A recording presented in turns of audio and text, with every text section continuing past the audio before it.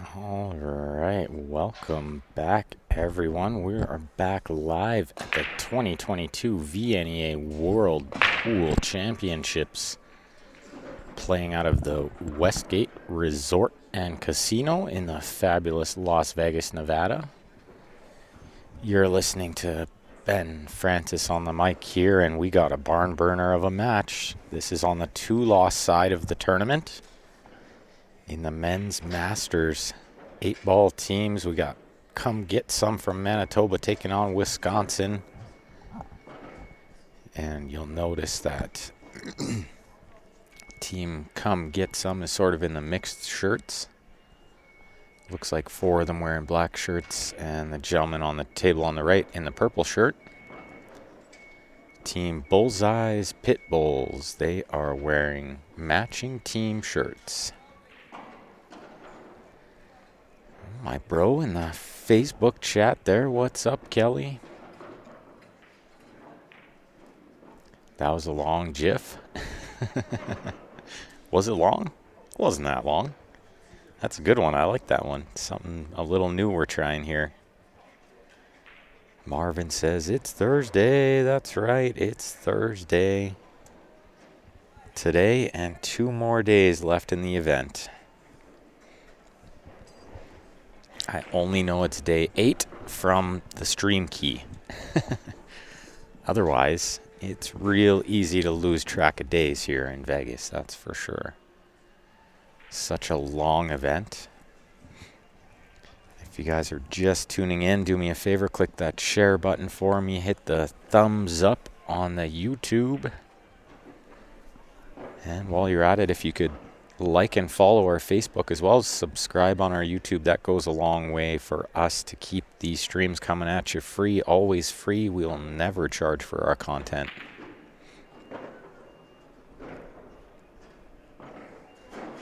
Looks like a missed ball there on the left-hand table. We're streaming tables 1 and 2 in the finals arena here, and if you gentlemen and ladies would like to follow along with the brackets, they are on CompuSport under the Vnea Las Vegas 2022 heading. And something new for CompuSport, we can put the link for the stream into the bracket, which I think is super cool. So when you go to the brackets, you'll find a stream link in there that will take you directly to our live video.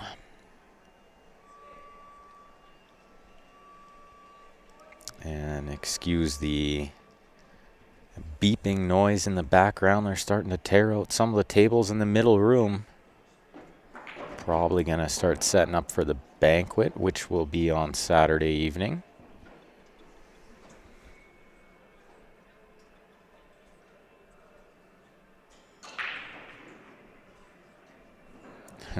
Practice room in the YouTube says, go Canada, even if it's Manitoba. Nate in the Facebook comments there. Jason, no, you don't have to pay for the stream. In the link to the CompuSport bracket, is that what you're referring to, Jason? It takes you directly to our free stream. We will never charge for our content. So Nate Mintham in the Facebook comments, he's on Team Bullseye's Pit Bulls, and it looks like they put the first game on the board, 10-4 win. And if you're new to Vnea scoring, it is 1 point for each object ball, 3 points for the 8-ball, so the winner of each game will acquire 10 points. The loser of each will get 1 point for each object ball they make. And you'll see on the right side of our scoreboard here, we're keeping track of the game numbers that are currently in play. Because when the match reaches later into it and one team can no longer mathematically come back, it will be over. Robbie Swanson wants to know when the finals are. They're scheduled for 5 p.m. tomorrow. That's Pacific Standard Time.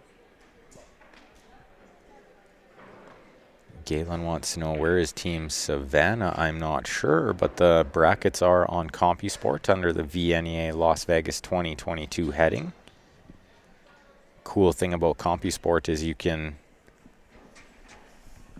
search a player name, a team name, or you can just go to the individual brackets to follow along. And I know personally when I'm not at these tournaments, I love to follow along with the brackets. Kind of see who's who's winning, who's not winning. Look at this break from Cornell on the right side table. It's his birthday, but it don't matter. He's still breaking dry. No favors on the birthday. Hamza would like to know how Barry's team is doing. We are doing great. Playing really good pool. Balls are rolling our way, and we're looking like we're going to be tough to stop. Won the winner's side again, so we are awaiting the final. These guys will be battling it out. One more match after this one tonight, before the winner of the final match this evening will head on over to the final semi-final to try to get into the final against us.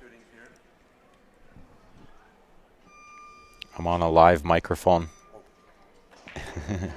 Some players, they just never notice it. That's okay. Way to put the first win on the board, says Roxanne in the YouTube.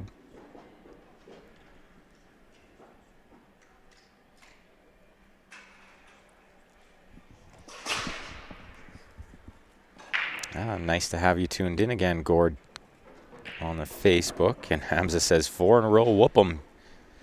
We're going to try one more time. One final time for Hui. A fantastic shot from Jeremy on the left-hand table there. He's got himself a nice angle on this last stripe to slide underneath the 8 to shoot it in the top left. And we got Nate on the right-hand table. Nate Mintim of Cue It Up podcast. Check him out on Facebook. Lots of great content there. Nate's doing plenty of really great things for the game of pool. And we're super appreciative of anybody who works hard in this game to try to help it grow. Super nice guy as well. And let me tell you, a heck of a shooter. This boy's got a stroke, as he puts on display there. Looks like a 10-2 for Jeremy over there. Bullseyes, Pit Bulls putting up the first 2 games on the board against the break, as we sort of saw in the last couple of matches. Well, last match, the players weren't holding serve as well, which is very important in this tournament. Kevin Ritchie says Ben Francis is the man. Not this week. Well, in the Scotch and the teams, I am. Nate with this 8-ball for a nice little 10-0 run out. And it looks like Bullseye's Pit Bulls has come to play. They win the first 3 games against the break. And that's going to get us to games 4 and 5, the end of the first round. Players will play a possible 25 games with a total points format best of. And when one team is mathematically no longer able to come back, the match will be over.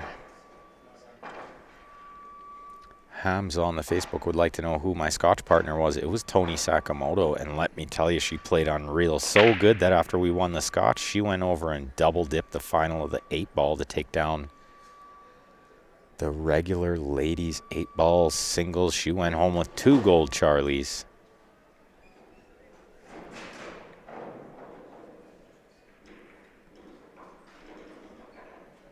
Andrew Jaworski in the Facebook chat there. He's got a victory over Barry's team at the Western Canadian VNEA Championships. And a good victory at that. They played fantastic. Took us out hill before we, should be noted, came back around and played one of the best matches we've ever played as a team. And I'm sure Andrew remembers it like it was yesterday.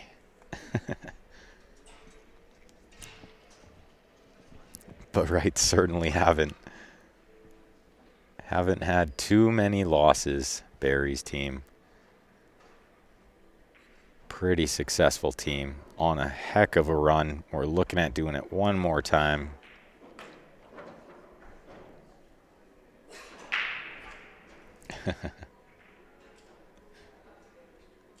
Yeah, choose to remember the first match, Andrew. That's how I play pool, too. I never remember those big losses. Well, sometimes I do. Certain ones. Other ones I just try to erase. Sometimes people come up to me, remember that time I beat you? And I'm like, no. Completely erased it from my memory. It's gone. It never happened.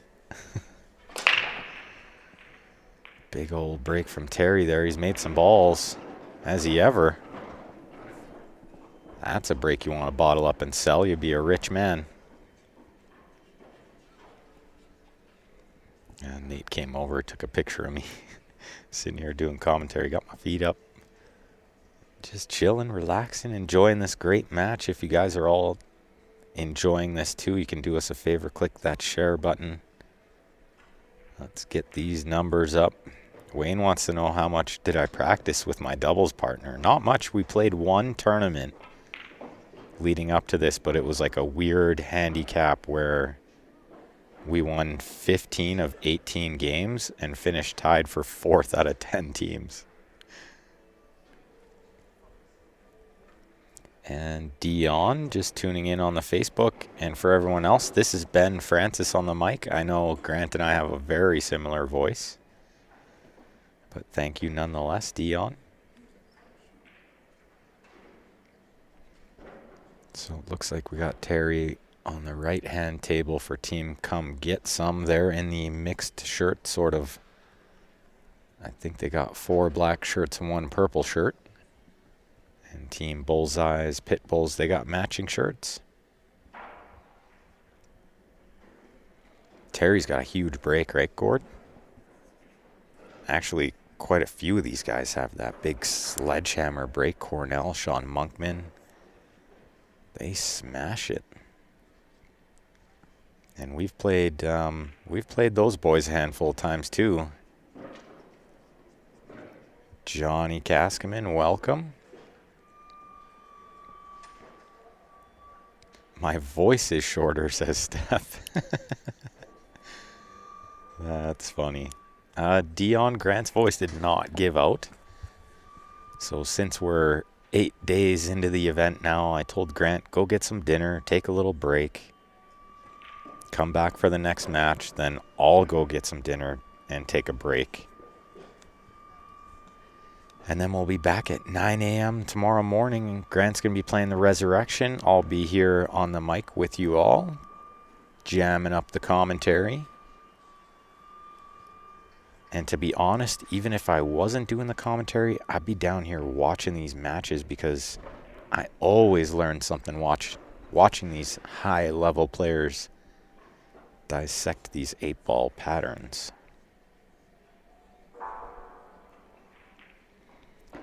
Practice Room says, the way we tell you apart is that Grant swears all the time and you don't. He says about and you say aboot like a proper Canadian. Grant's got more of closer to an American accent. He likes to say y'all a lot. Where you probably won't ever hear me say y'all. But I have been told I sometimes have a thick Canadian accent. And I wouldn't know it if you hadn't told me. Gord Carroll wants to know if I've done any gambling yet. I've done a little, but I've never been much for gambling a ton. So I try to keep it in moderation. Try to keep my gambling to the pool table, where it's a little more in my control. Looks like another real nice out there on the left table from Bullseye's Pit Bulls. Man, did they come to play. That's a 10-0. That's a big old 10-0 over there. And they make my scorekeeping job easy because I only got to move one side of the scoreboard. That'll get us to games 5 and 6. Totally okay, eh? That's right. Chris Miller on the Facebook wants to know how the team's doing. We're doing great. We're having another fantastic run. The boys are all playing really good. We're all gelling well, as always. Balls are rolling our way. We are playing the final tomorrow at 5 p.m. Pacific Standard Time. Make sure you guys tune in for that. It's going to be a great one. Looking at the 4-peat. Trying to do it one more time for Mr. Huey. One more time. This team, Bullseye's Pit Bulls, was in the final of this event last year. They won the hot seat before they got beat twice by the team we were watching on the last stream, or a mix of players. Possibly not that team. It would have been Tyler Steinhaus' team last year that took down this event. So a Minnesota team, I believe. A Minnesota team. So let's see what we got over here. We got both Bullseye's players shooting. It's not looking great so far for Come Get Some, but still plenty of time to go to work in this match. Kevin Ritchie. It counts as a 4-peat. That's right. You ask anyone. It's a COVID 4-peat is what it is. A pandemic 4-peat. Joshua Emperado on the Facebook. Team's doing great. Won the hot seat, playing the final tomorrow. If anyone would like to follow along with the brackets, they're on CompuSport under the Vnea Las Vegas 2022 heading. You can search a team, search a player, search a bracket. Also, another cool little addition to CompuSport is now we can insert the link to the stream into the brackets. So you'll see if you go to Men's Master 8-Ball Teams bracket and find this match on there, you'll see it's got the link to the live stream. You click on that, it takes you right on over to the Facebook page.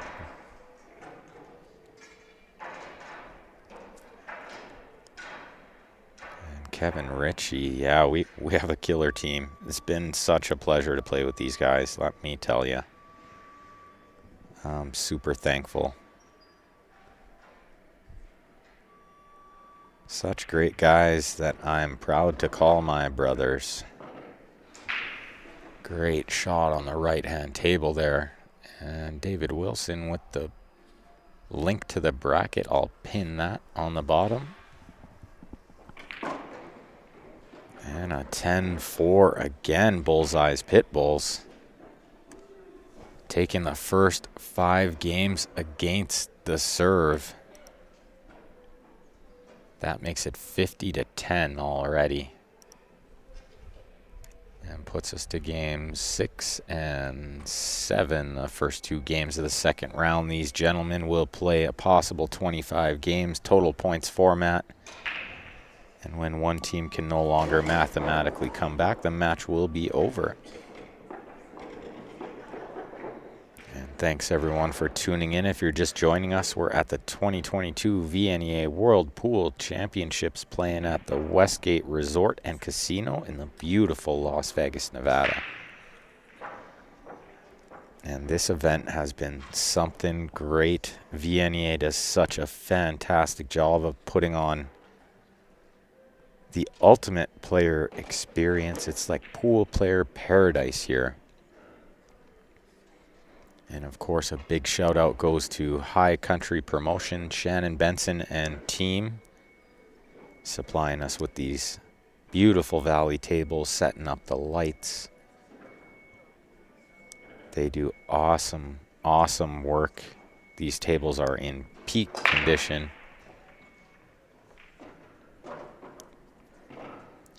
And thank you, Andrew Jaworski. You still got lots of good years left in you, pal. I'm sure you'll get on some real good teams. The team you had this year was real good, or last year, I should say. The Westerns team, anyway. So, is Sean Monkman on the left-hand table going to come get some on the board? Looks pretty routine from here. Nudges that stripe out off the rail. That's a smart shot. Gives him a few more options. Certainly playing balls off the rail is never ideal. Nate with a good shot on table 1. We are streaming tables 1 and 2. 1 is on the right-hand side of your screen. 2 is on the left. And Kevin Ritchie says in the Facebook, Shannon's got big shoes to fill. Yeah. Another big shout out to Mr. Gary Benson, who passed away last year. And let me tell you, this tournament has not been nearly the same without hearing his voice coming across the intercom.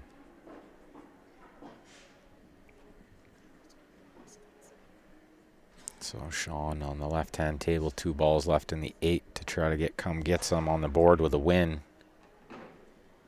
And it seems like these games are going against serve so far. Oh, Nate makes a bit of an unforced error there. Wouldn't expect him to miss that ball too often. And Sean with this straight in 8 ball to get some out of Manitoba on the board.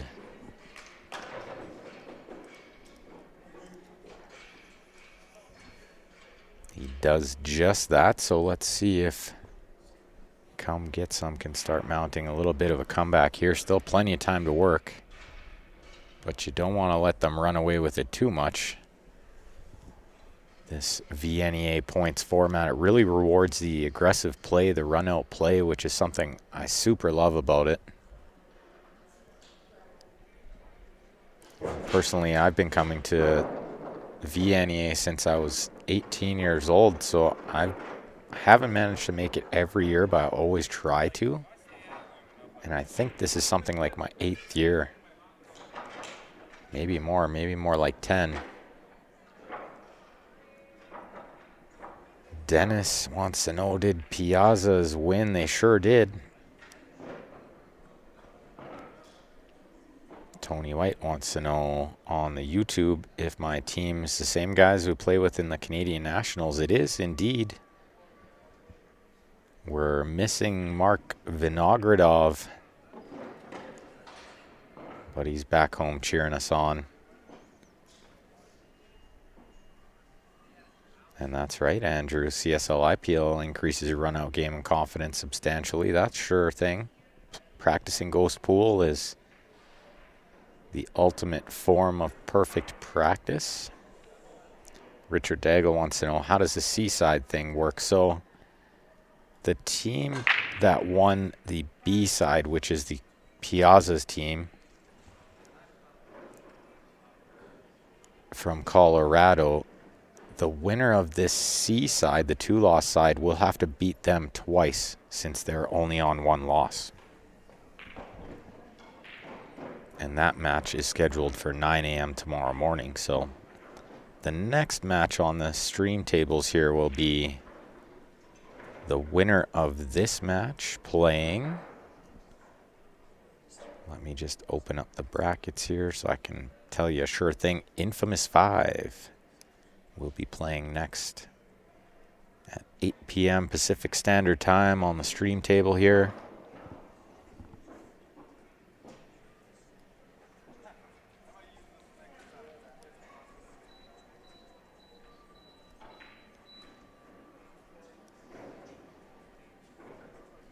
Andrew Jaworski is from Edmonton. He says he's not a Colorado fan at the moment.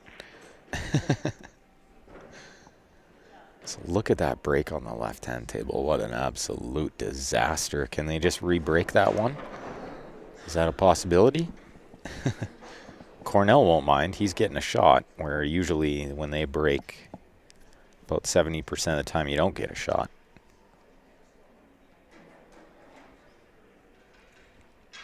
So Cornell for Team Come Get Some on that left-hand table. He's going to try to work that out. And what a great shot on the right-hand table to get short side on this 5 in the lower left. Looking at putting another win on the board for Come Get Some.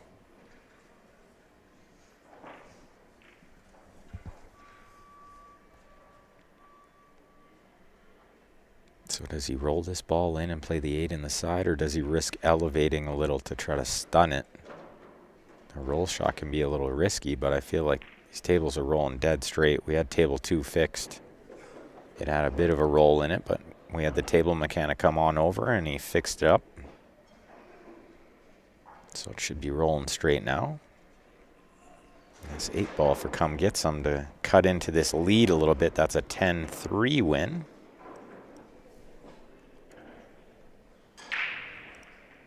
That'll get us to games 8 and 9. These players are motoring through these games. I can't imagine this will be a very long match, unless we get some more racks like the table on the left. So while they're thinking about that shot, I'm going to throw up this Viewer Advantage Sweepstakes poster. Make sure you guys get in on this. There's not many entries, so really good odds there. And 2 chances to win. The first ticket drawn will get their choice of one of those beautiful Jacoby custom cues. The second ticket drawn will get the remaining cue. Both cues come with the Jacoby Ultra shaft, and shipping is included anywhere in North America for the winners. If you're outside North America, we will work some sort of a deal on the shipping.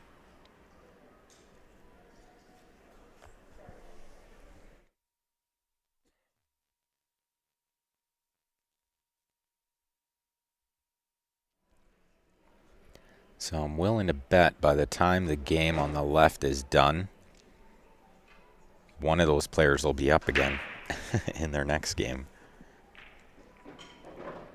Thanks, Kevin Ritchie, for tuning in. Thanks for the good luck. Appreciate it, pal.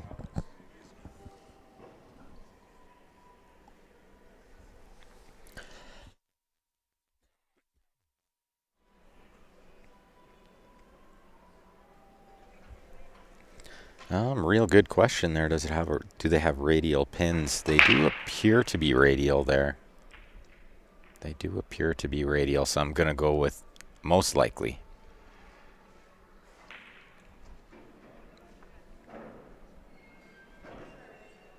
And Elizabeth on the YouTube would like an explanation of the score. No problem at all. So the way Vnea Scoring works is you get 1 point for each object ball you make. You get 3 points for the 8 ball, totaling 10 points for the winner. The loser of each game will get 1 point for each ball they had down. And these gentlemen will play a possible 25 games. But if one team is mathematically ahead enough that the other can't come back, the match will be over. Correct, Sean. qsportslive@gmail.com if you'd like to e-transfer. If you're in Canada, keep in mind it is $26 a ticket, Canadian dollars. If you're outside Canada, you can head on over to our website, cslipl.com, and you'll find the purchase option under the shop tab. It'll be the first option up there, Jacoby Viewer Advantage Sweepstakes.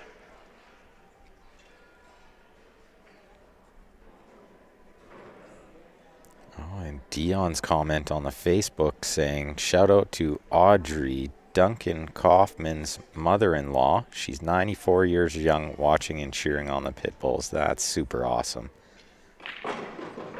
I love that stuff. My family personally loves to watch when we play as well. Grant told me my mom and my dad were on watching the last match. So we super appreciate the support. Appreciate. I'm even losing my words 8 days into the tournament. Haven't even been drinking yet. Saving that for later tonight. And thanks again, Richard, for tuning in. Appreciate the nice comment there. And for everybody else tuning in, we appreciate you all. If you can do us a favor, click that share button. Head on over to our Facebook. Click the thumbs up over there. It's the unwritten rule for free streams. You must share. Gord Care on the Facebook says, my parents must be players too. My dad is a player. And my brother was tuned in earlier. You'll see my brother Kelly Hilson tuned in quite often. He's quite the player. And my dad, he can pot the balls. My mom, she doesn't play, but she loves the game. She loves watching. Sean Fleming, you know it, pal. We won the hot seat, bud. We're playing the final tomorrow, 5 o'clock Pacific Standard Time. Hoping everybody will be able to tune in. I know that's 6 o'clock Calgary time. So we'll see. Maybe they'll have a little viewing party set up or something at Leather Pocket. I know they've done that in previous years. And Corey Arcand, we're up again if you didn't catch that. 5 p.m. Pacific Standard Time tomorrow. And thank you, Blake Holmes. Appreciate that.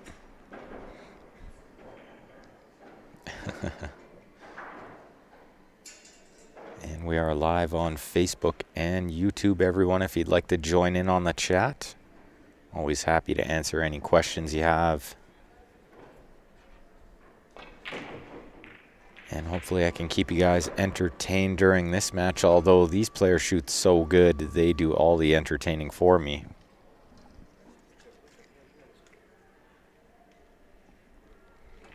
And thank you, Dennis, on the Facebook for sharing. Much appreciated.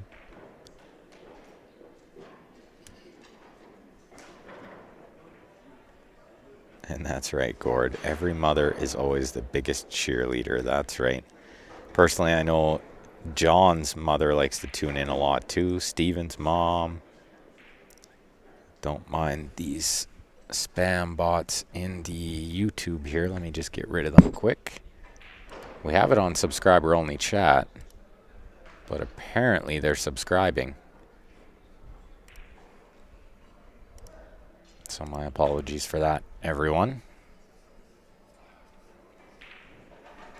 And I think there's a way I can actually ban certain keywords as well, so I'm going to try to figure that out.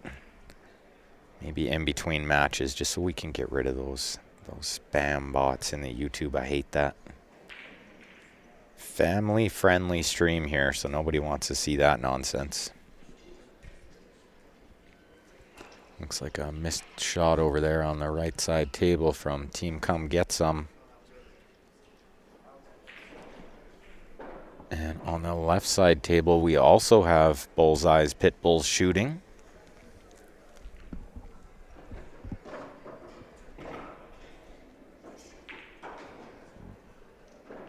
So both Bullseye's Pitbulls members shooting well until then. Looks like a little missed bank in the side on the left-hand table.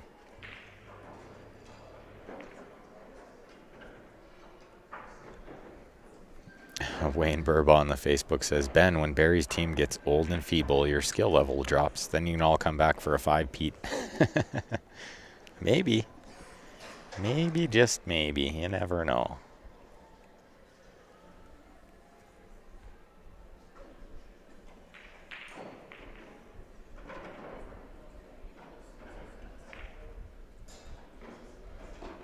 Yeah, I guess.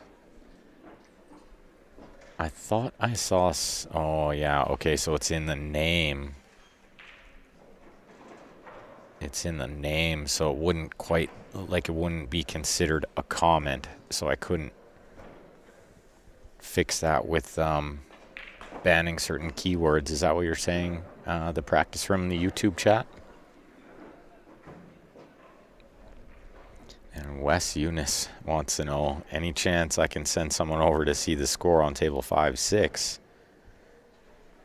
I'm not even sure there's a match happening on 5-6 right now. I only see one lady shooting on table 5.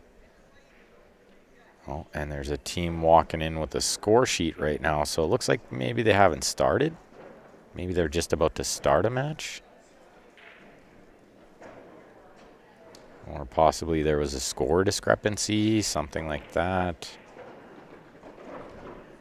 I'm quite the distance away from those tables, so I can't see what they're doing with the score sheet or anything.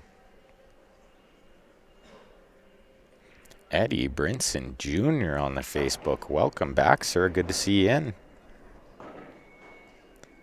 It's great to be back in Vegas, of course. Such a fantastic tournament. I am like the hugest super fan of this Vnea tournament. I'm not just saying that because we're streaming and I'm on the mic and and stuff. I've always been such a super fan of the Vnea tournaments. They just do such a great job. It takes such a big team to put this together too. And they have a great team that make this tournament super successful every year. Yeah, great control over there on the right-hand table. Beautiful little 10-3 out for Bullseye's Pit Bulls. Gets this 70-33. They're opening up this lead a little bit. And that'll get us to games 9 and 10. So the end of the second round coming up here on the right-hand table.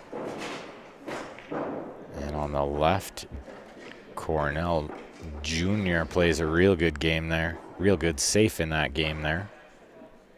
Should be noted it's his birthday as well. Cornell's birthday. Thank you, Mark James. Warren Saffel on the Facebook wants to know, does Vnea still do the Saturday night banquet? They certainly do. And I think we're going to try to do some coverage of it as well. We might set up a camera and see what kind of view we can get. One of the coolest things about this tournament is the opening ceremonies, the awards for the singles and Scotch, and also the closing ceremonies, the banquet at the end, the awards for the teams. I think that's one of the coolest things. They bring you up on stage with your Charlie, and you get to take a little picture. That's awesome. Thank you, Sean Fleming. Appreciate that. So let's see what Jeremy's got for a break here. Looks like he's going to just crush that head ball from over there. Don't think we're going to see a second ball when the cue ball's that far out off the rail, but I've been proven wrong before. Not this time. It looks like he's got one, and he's got a couple of shots, so good break there. Good successful break. Jeremy Fedkenhuer. Mainstay at these events. I see Jeremy every time I come to these events. Really good player, super talented. And kicking underneath these balls on the left-hand table. That one came off a little different than he might have thought it would. I think he was playing it with some right siding because he didn't have the exact angle. It's a little tough to judge that. Yeah, Warren Saffel on the Facebook says one of the first ones he went to, they had Jeff Foxworthy as the entertainment. They have all the old pictures on the walls of all the different years past. This is the 42nd annual Vnea World Pool Championships. 42 years of this tournament. That tells you everything you need to know about how successful it is. And they've had all kinds of different famous people doing the entertainment at the banquet. It's super fun. It's super fun. They have a Blues Brothers cover band, and they're so awesome. They just get the crowd right hyped up, and it's so much fun. In Vnea, they do giveaways during the event, so they're giving away these beautiful Aramith ball sets that come in this really nice steel case. They also give away a Vnea pool table, a Valley pool table. As well as during the banquet, they do like live draws for cash. Super cool stuff. Lots and lots going on here at the Vnea. If you're a pool player and you've never been to this tournament, you got to put it on your bucket list. And Dennis wants to know how many teams were here. There were a lot of teams. So let me just open up the regular teams bracket. They had something like 700 teams just in the open division alone. So I'm going to say in the ballpark of 1,000 teams were here. A lot of players. Unbelievable tournament. So it looks like Cornell played another safety over there, keeping the balls contained, waiting for his chance. We did know that was going to be a bit of a long game. As soon as the break was made, it looked like it was going to be pretty tied up and a bit of a grind. And I think Jeremy's landed a little hampered over the 15, shooting the 9, which means getting the cue ball into a prime position on the 15 next will not be easy. He might just have to take what he can get here. And Tony White wants to know on the YouTube 3-foul rule in this one. There is no 3-foul rule at Vnea at all. But usually there is no 3-foul rule in 8-ball. It's more of a 9-ball thing.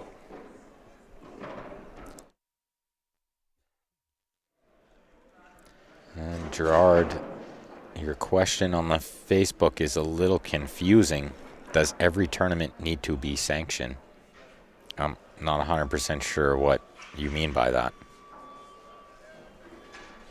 You do need to be sanctioned in order to play this league. So I didn't see what happened on the right side table there. Looks like Terry just... Oh, Jeremy just accidentally moved the ball. I gotta say, I'm not a huge fan of what Terry just did there. I'm not a huge fan of that. Maybe I can rewind the YouTube a little bit and just see what happened to Jeremy here. Did he move the 3? We're not going to be able to see because the camera was a little blocked. He was in the way. Yeah, it's possible he did move it with his hand. So that is Terry's option to put it back where he thinks it was or leave it where it is. So Wes Eunice says 450 teams between regular, intermediate, masters, men's, and women. Okay. Wes did the adding up. I just ballparked it.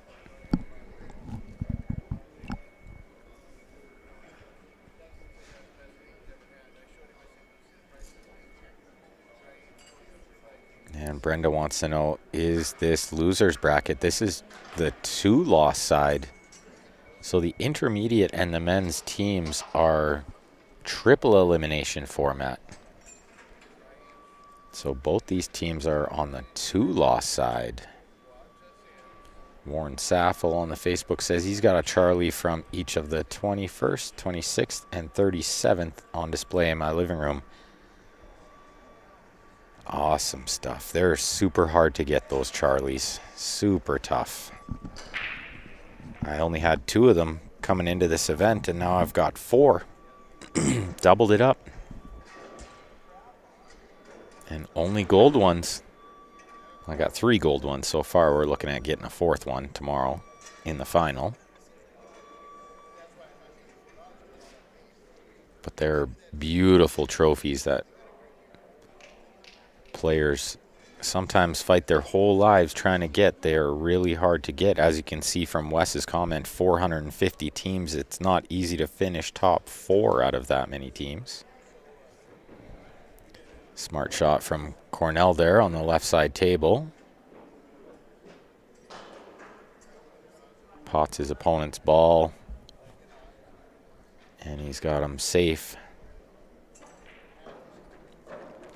Thank you, Warren.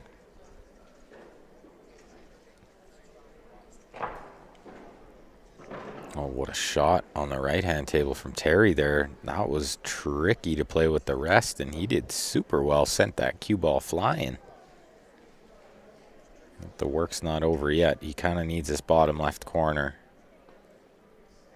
And excuse the picture changing there on the right side table. We're kind of at the mercy of the table lights as well as the pot lights on the ceiling. So you'll notice the camera isn't really sure what to do when somebody walks in front of it. Doesn't know where to send the light to.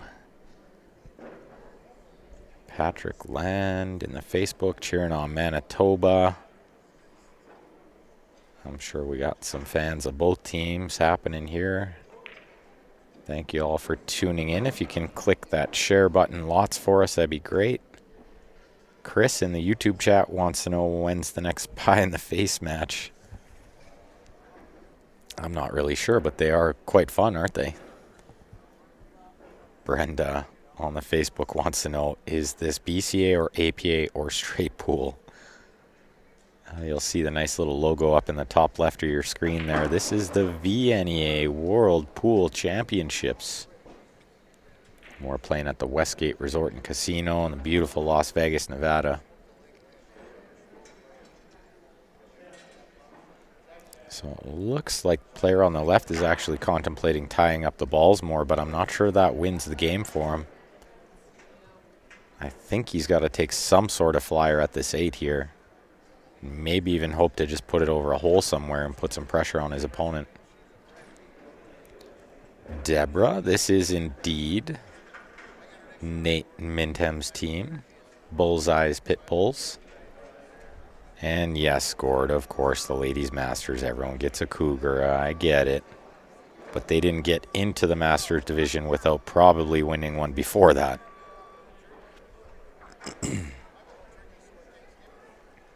Ryan Harmson says VNEA logo is partially covered by live icon and viewer count. So that actually depends on which orientation you have the screen on. So if you kind of have it up and down, then the live button is in the way. If you have it side to side, then that live button kind of disappears.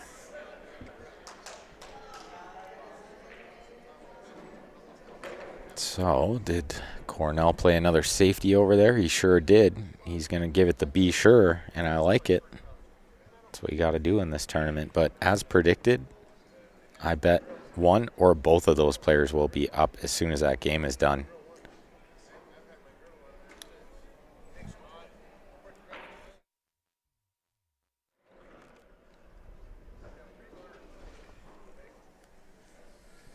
And if you guys happen to be in the area, come check it out live. They got plenty of great seating in the background there. Lots of seats for everyone to sit up on the raised level and watch these fantastic matches. And we have another match coming up tonight at 8 p.m. Pacific Standard Time. At which point I believe that will be the last stream match of the evening. Before we'll be back at 9 a.m. Pacific Standard Time tomorrow morning. Mark Delisle says live button in the way with either screen orientation. So maybe it depends what you're watching on, because the tablet that I'm watching on, I just turned it sideways and the live got out of the way. It disappeared off the screen. So it may just depend what you're watching on. Michael, question on the Facebook, do you have a YouTube channel? We do indeed. Q Sports Live is on YouTube as well.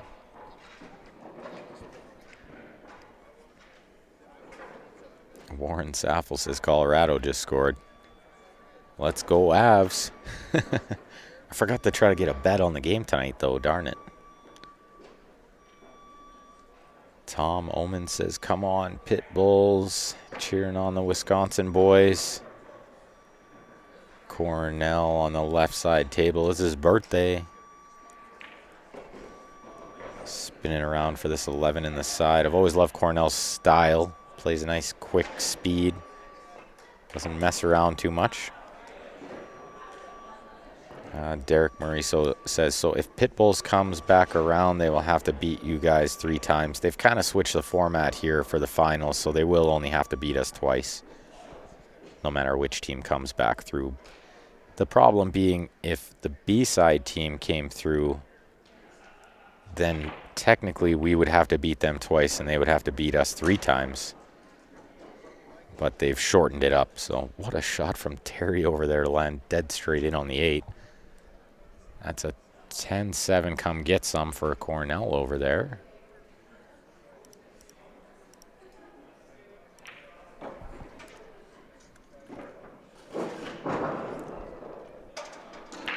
Oh, and a 10-6 Terry. So they've tightened this match up a little bit here. Still plenty of games to be played. That only puts us on games 11 and 12. So the start of the third round happening now. And I'll put up our viewer advantage poster. If you guys appreciate what we do here at Q Sports Live, we never ask for donations. We never ask for charity. We try to do these great contests that give you all a chance to win something great as well.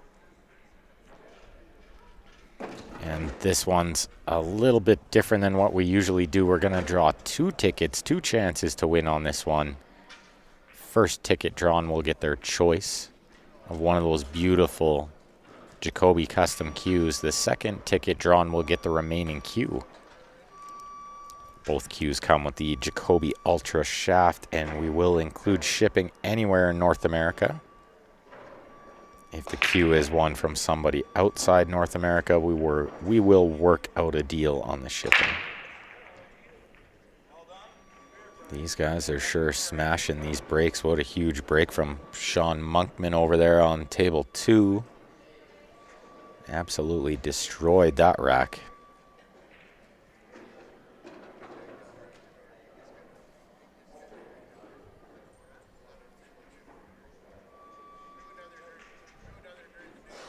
Good evening, Mr. Pittman in the Facebook comments. Doing great, sir. How are you? And thank you, Marvin, and everybody else who bought tickets. They will be periodically sent out. We'll send you a picture of your tickets in between matches, and at the conclusion of play in the evenings, we'll get on top of those.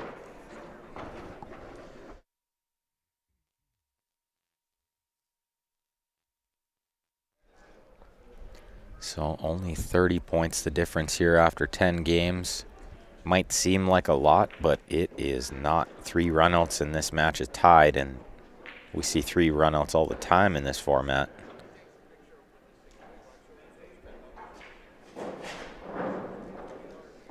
And as Ryan Harmson says there, yeah, anybody who's watched the streams every day should buy at least 1 ticket. $20 is cheap for a 10-day quality stream. Appreciate that, Ryan. And D. Oliver in the YouTube. Much appreciated, everyone. Farhat, my break's been on fire. I know. Who is this guy? And what did he do with Little Benny Franchise's break? I broke like God in the Scotch doubles. It was unbelievable. Then it totally let me down in the singles. Before it came back around in the team event, just when we needed it most. So hopefully I can keep it up for one more match.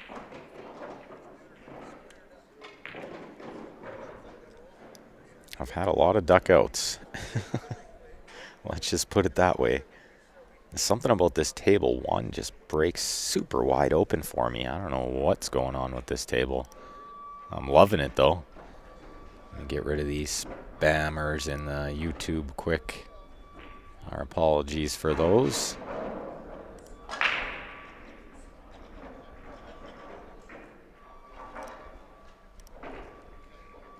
They are now subscribing so they can get their comments in there. Nice out on table 1. Looks like a 10-0 for Come Get Some. It's a big one. They needed it there. Tightens this match up a little. 63 to 83 now, and on to games 12 and 13.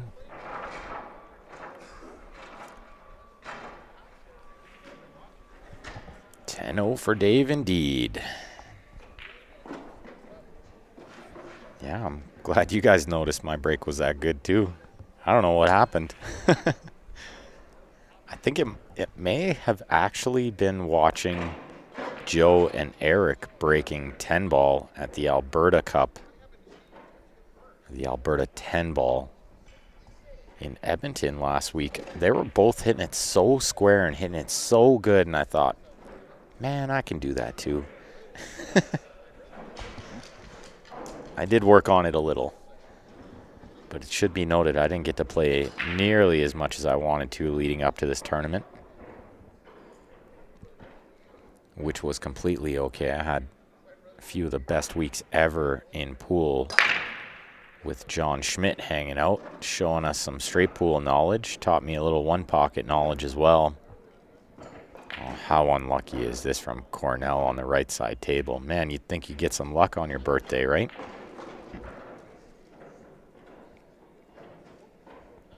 And thank you, Patrick Land.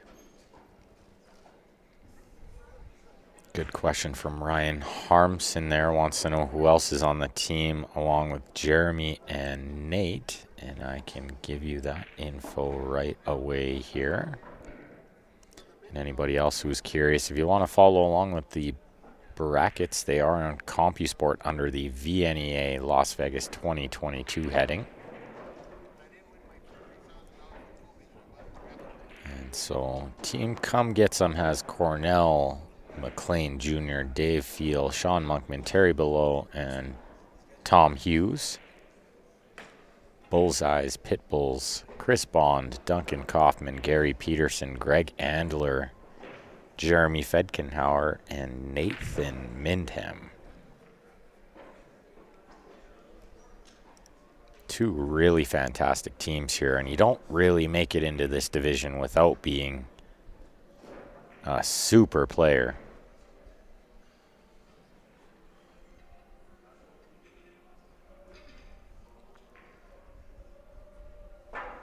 So it looks like a mistake from Nathan on the left-hand table there is going to allow Sean Monkman to try to clean up these last few balls. Put another win on the board for Come Get Some, and the momentum is starting to swing a little in the Manitoba team's favor here.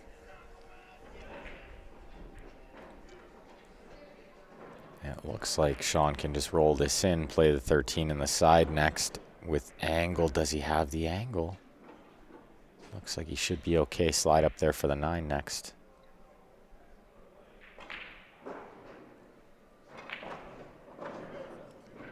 Oh, and he had enough to top through it. Nice little shot there. And yeah, I've blocked a lot of those bots too. I'm certainly losing count. Reported them all. Reporting them seems to do absolutely nothing. 10-5, Come Get Some. 73-88, and now is the score. Brings us to games 13 and 14. And while the player on the right is deciding his shot, I'll flash up this poster again if you're all curious what everyone's talking about. It looks like he's ready to shoot, so I will put up that poster again a little later on. Where has he sent this cue ball? Is he somehow on the 4? I'm going to guess not by the fact that he's scratching his head.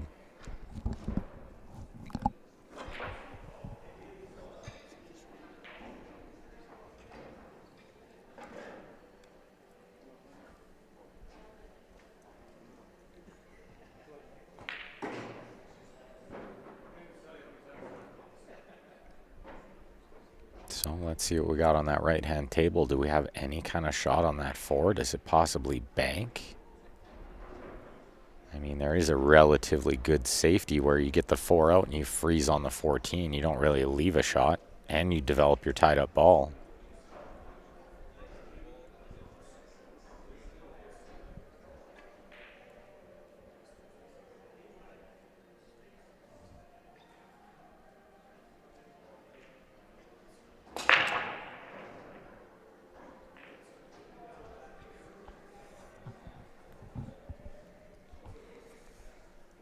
Looks like a big old dry break on the left-hand table there. Come Get Some's got to get those breaks under control, start making some more balls.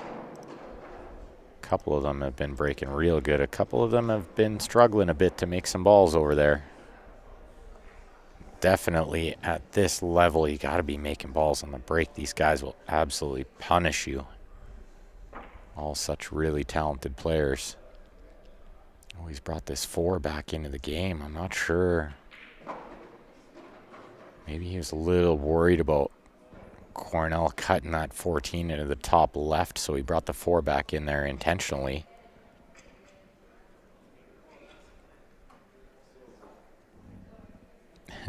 Gord says on the Facebook, no coaching by mental telepathy, Ben.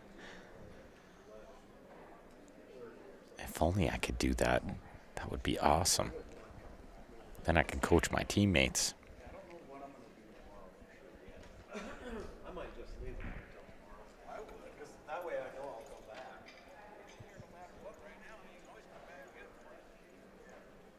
I'm quite confused by the gentleman beside me. That appears to be, well, he's just doing some photography, it looks like.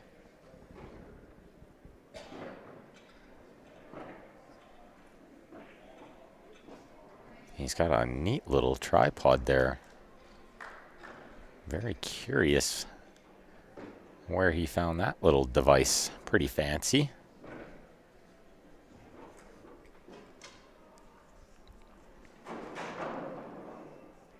Hey, Gord, sometimes my teammates need assistance. Sometimes I just want to tell them to stand up and reset. Just be sure, you know. Double check some angles and whatnot. No, not that they need that at all, no. I think they're okay. I think they're okay.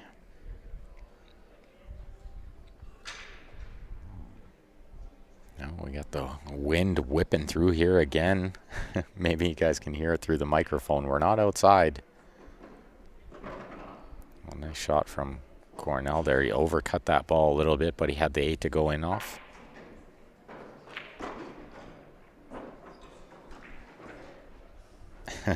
Nate got a good picture of me hard at work. Yeah, I have my feet up. Just chilling, watching this match, soaking it all in. I saw him over here taking a picture. I knew he was going to post that.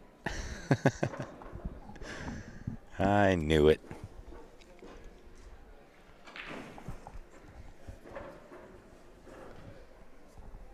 So let's see what Cornell can do to get on this last ball. Does it possibly bank by the 5? Is that the play? It looks like that's what he's looking at. It would appear.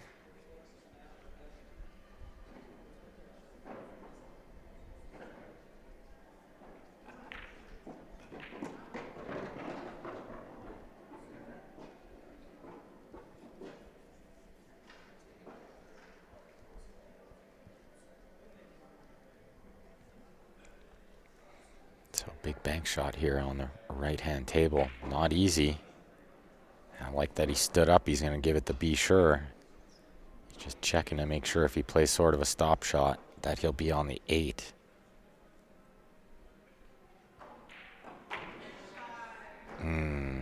He hit it a little funny. Straightened out on him too much. And poor Tom keeps getting run out on. Until now. Until now. Jeremy on the table on the left. Working on this 8 ball now for a 10-0 win. This could put them back on track. Kind of exactly what they needed to stop the bleeding.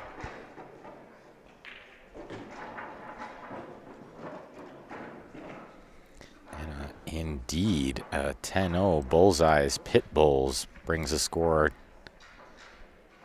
to 98-73 and puts us on games 14 and 15. So the end of the 3rd round. Getting down to it. Make sure you guys click that share button lots for us.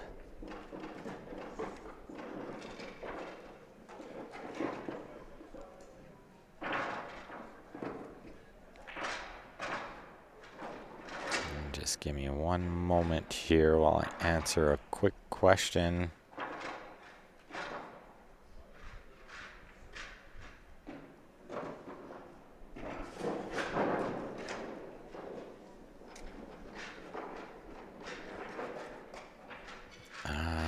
Larry Walper, good question. On the Facebook wants to know, do we finish tonight? We do not. There is one more match after this. At 8 p.m. Pacific Standard Time, the winner of this match will play. Let me just ensure I get this correct. Infamous 5. And the winner of that match will be in the final 3 playing at 9 a.m. tomorrow morning. The final of this division is scheduled for 5 p.m. Pacific Standard Time tomorrow evening. Chad wants to know what the race is to. It's not a race to a number of games or even a number of points. It's a total points format, best of 25 games. So you get 1 point per ball. You get 3 points for the 8.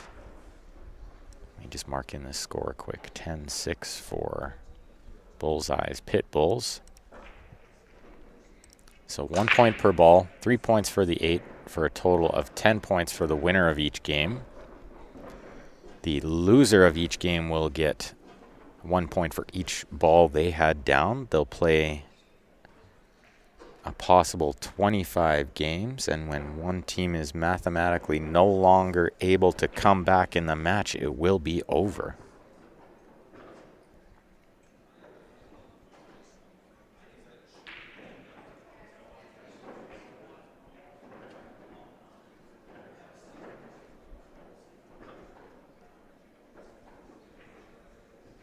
So I just gotta pull up my Facebook and see.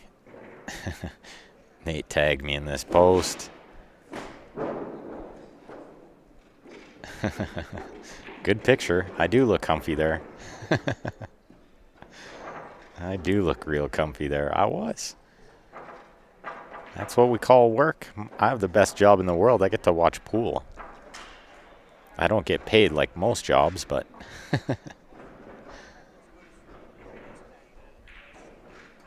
but it's worth every moment I sit up here. I super enjoy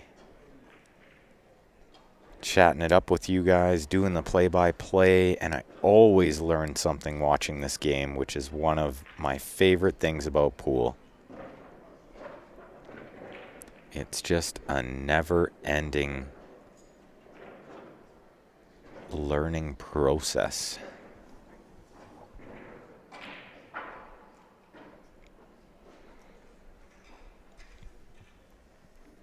Dennis says, Piazza's all the way. They got a fantastic team. They're going to be playing in the final 3 tomorrow morning at 9 a.m. Pacific Standard Time. Larry Walper says he'll be off work by then. Awesome, Larry.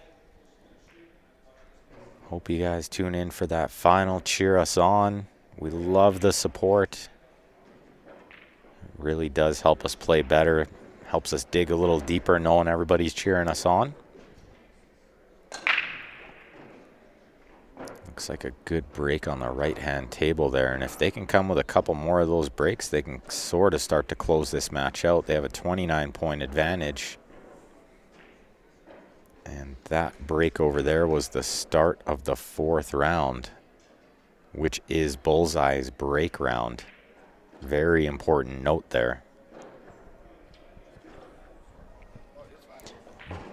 Question from Louis on the Facebook, is Infamous 5 playing right now? They are not. They're playing at 8 o'clock p.m. Pacific Standard Time this evening. Playing in the Final 4. That will be on the stream. That's in about an hour and 15 minutes from now.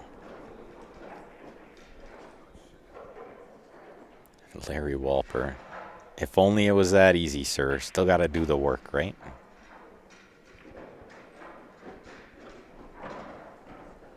Wide open spaces on that right-hand table. Quite a bit different than the left-hand table. Where's the 8 going?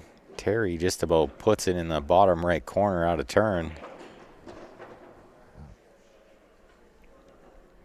Had to break out some balls, so a little bit risky. But it paid off. He's got a shot.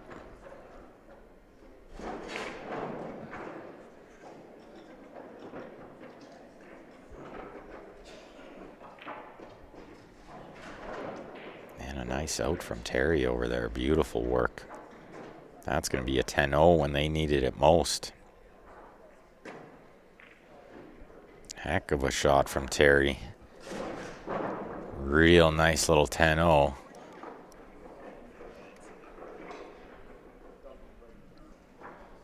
And so that brings us to games 16 and 17. Getting down near the business end of this match. Make sure you guys are sharing that stream for us. Still plenty of great games to be played in this match. See if Come Get Some can tighten it up a little more. Only 19 points of difference. That is not very much in this format. As you may have saw in our first match, we ran 6 10-0s in a row. 6 10-0s in a row. From down 25 points to up 35 in about 8 minutes flat. And that was something else. I've never seen nothing like that. That's right, Warren Saffel says. It's mathematically feasible to win 19 games out of the 25 and lose the match. That's what I really love about Vnea. It absolutely rewards the aggressive play and the big runouts with the big shots. Super fun.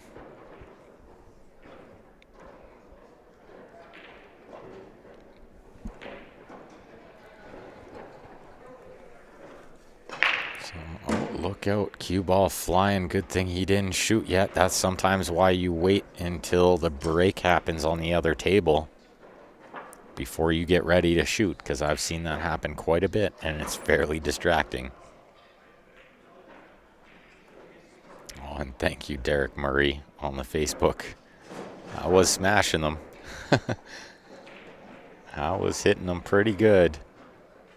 I've been trying to take just a little bit off just to make sure I'm being a little more accurate, but a couple of times it didn't work. I still lost it off the side of the head ball. But it worked out okay anyway.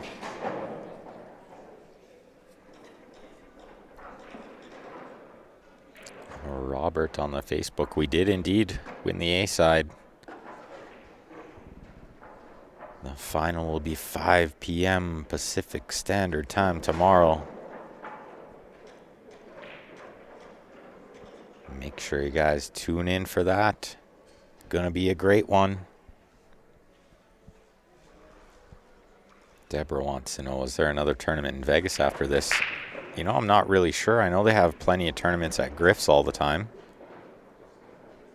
I believe the next APA is until like October or something. So nothing that I'm totally aware of, but I know Griff's has plenty of weekly tournaments and whatnot.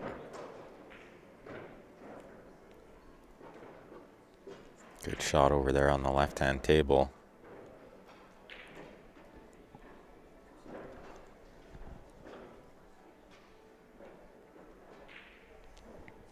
First cue looks like a DP cue. I assume you're referring to the Jacoby cues in our viewer advantage sweepstakes. It is indeed a Jacoby cue.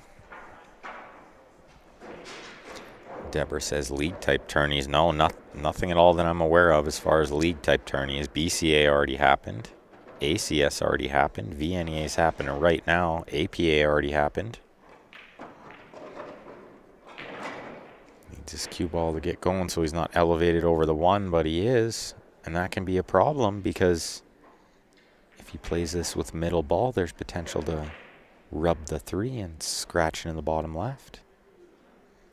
So he may have to elevate here and play this with low spin, which makes that shot quite a bit harder. Well, there you go, Ryan Harmson. APA teams in August. Great out there on table 1. That's a 10-2. It's a big win. Those are the kind of wins you're looking for. 10-2, Bullseyes, Pit Bulls. 118 to 91, and that gets us to game 17 and 18. And as soon as that shot is done on the left-hand table, I shall flash up this poster again so we know what Cornelius Lopez was referring to. It is not a Dale Perry cue. That is a Jacoby custom. Beautiful piece of work. I know what cue I would take if I got the first ticket drawn. But then again, I am not a fan of Rapless, so easy choice for me. The reason I'm not a fan of Rapless is my hands sweat a lot. And they sweat even more when there's pressure on, so I might have to shoot a power shot and just throw the cue.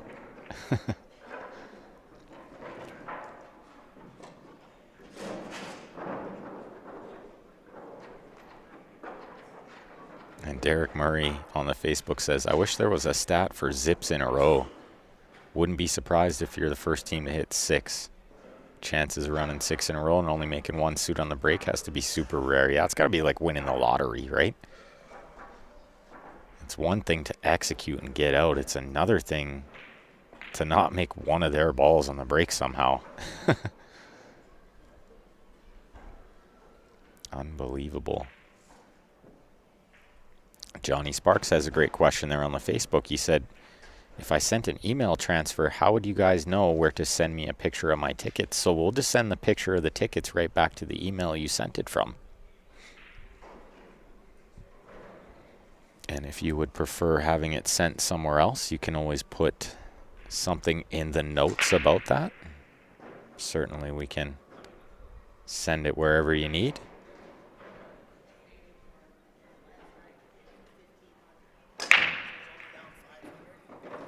Oh, big break there from Jeremy on table 1, the right-hand table. That's a big one for them because getting down near the end of the 4th round, they can start thinking about ball count here. They can start figuring out how many balls they need to close this one out soon if Jeremy can get out there. And they actually got in on the left-hand table fairly fortunately. It looked like Come Get Some was going to run that one out over there. And those swings are very big. Something like a 10-0 win turns into a 10-6 loss. It's a 14-point swing in the score, which is massive. So you have to really watch for those point swings and recognize when it's super important to punish your opponent for a mistake like that. Got to capitalize.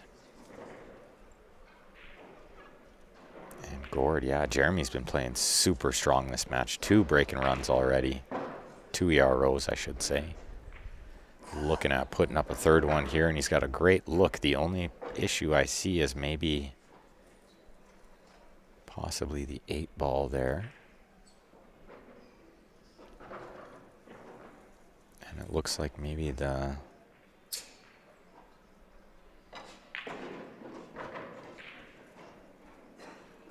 Looks like possibly the 13. 12 is not in the most ideal spot either. Should say 13, 11. The combination goes, but you hate to play combos if you don't have to. Looks like he's landed on the 12 here. Shannon on the Facebook, that's a great comment. Derek Murray is the king of those AROs, almost runouts.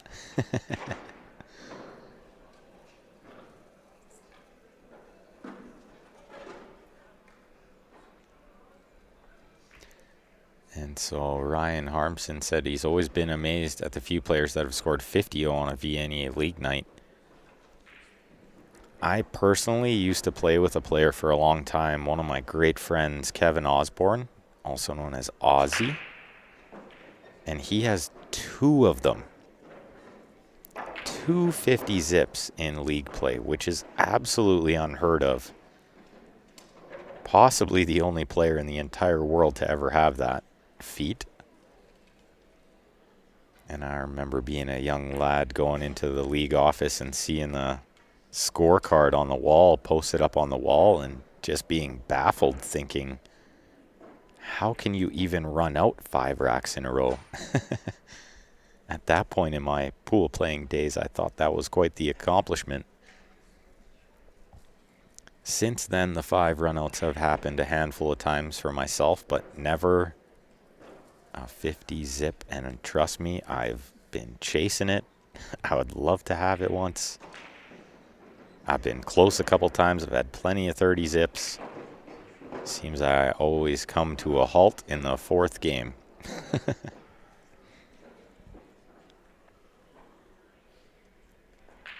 Gord says, guy in Winnipeg did it last year. It's such a super accomplishment. It's so hard. It takes a certain amount of luck. Well, 51 doesn't count. No. 51 is not a 50 zip. Big difference. Big difference, that elusive 50 zip. So come get some with a win over there, 10-5. That'll claw them back a little closer in this match. And it looks like we could have another run out from Jeremy over there. And he is playing real good. So that'll put that to 33, and they got 2 points over there. And that'll put us to games 19 and 20. So getting down to the end of it. Last 2 games of the 4th round.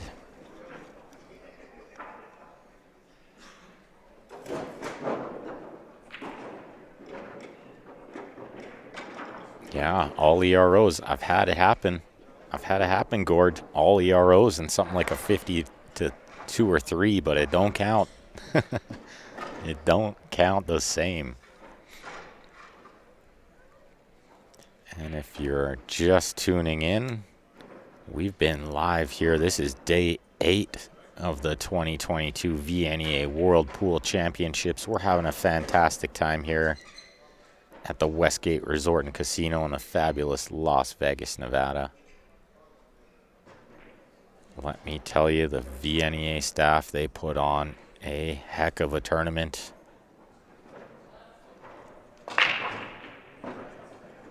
Oh, and Corey Sharman on the YouTube believes Jeff Pillow out of Windsor has 2 or 3 50 zips. That's unbelievable. To have more than one is mind-blowing for me. And Deborah on the Facebook, they do still give away awards down here for 30-nothings. They play a bit of a different format.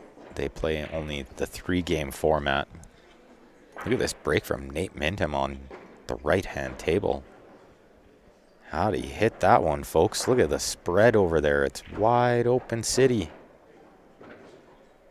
And with both bullseye shooters playing here, I believe if they run both these tables, this match is almost over. If they can run both of these out, it's going to be a matter of only a couple of balls needed in the last 5 games.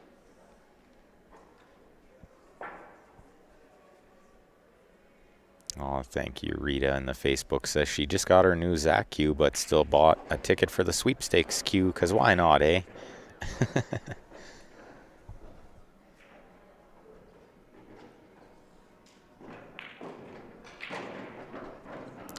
Yeah, Don Willis says 50 zips, not as rare. There was a team in West Virginia back in the late 80s where every member had a 50 zip. We always assumed it was fraudulent.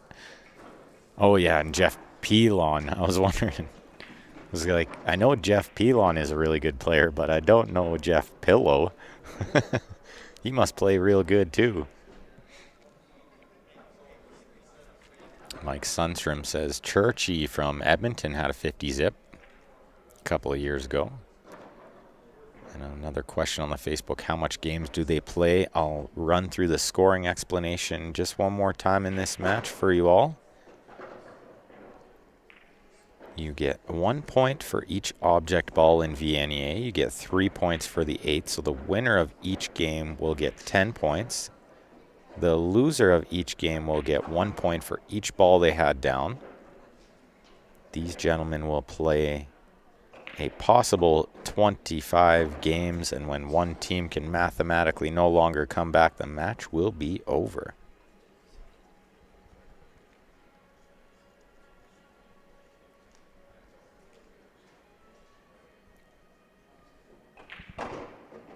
And that's right, Gord. Pitbulls have been hot since game 1. They came to play.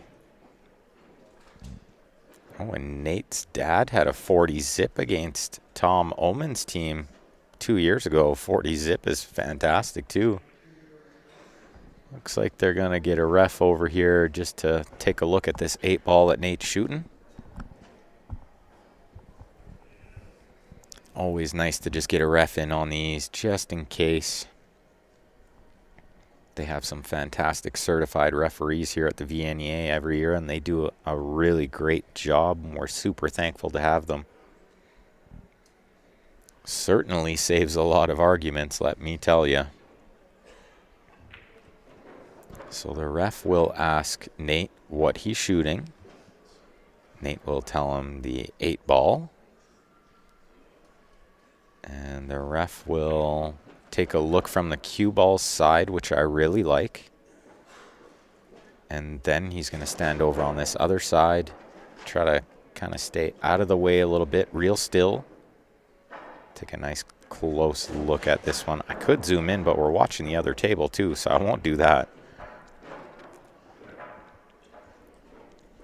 I won't do that. And there's nothing worse than we zoom in and then the ref makes a call and the camera disagrees, and so it's better we just let the ref do the job. And he made a good hit there.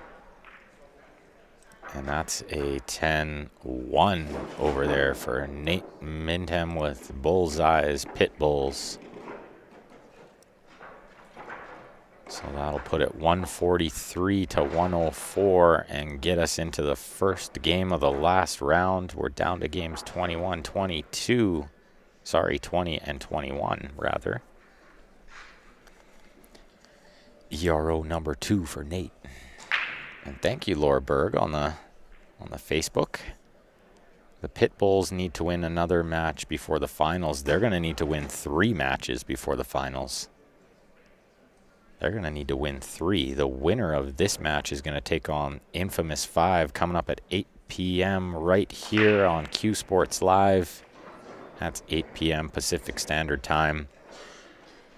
And then the winner of that match will take on All Guns Blazin' tomorrow morning, and they'll need to beat them twice since All Guns Blazin' only has 1 loss and it's a triple elimination tournament.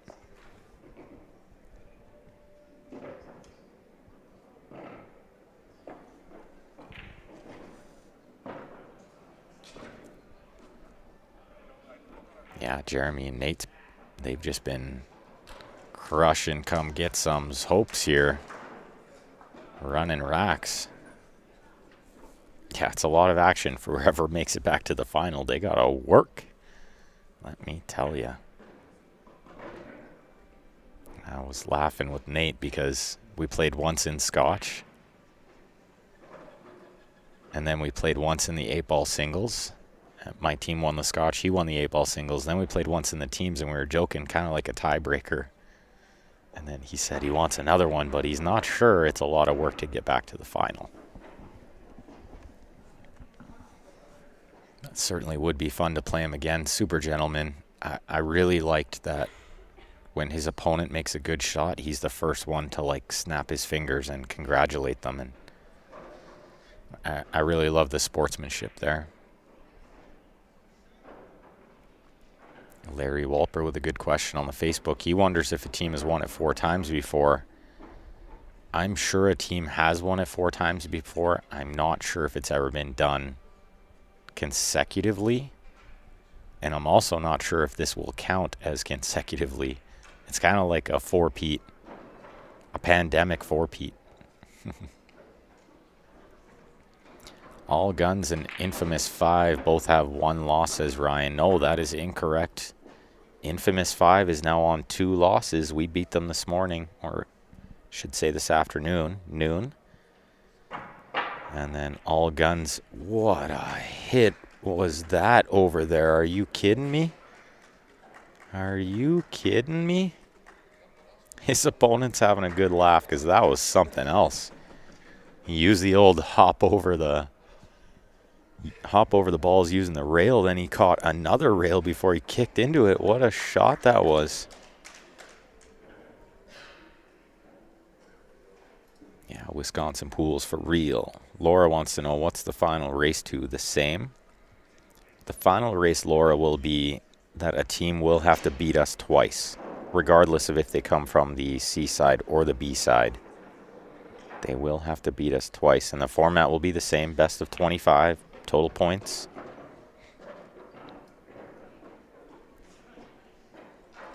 Well, it looks like on the right-hand table, he's got a little too straight on this 14 to be able to develop the 9 now, and I don't think he can slide underneath it either.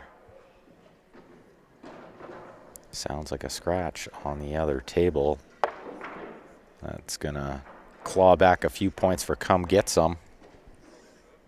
Should be a 10-6 win over there, barring a miscue or something absolutely crazy.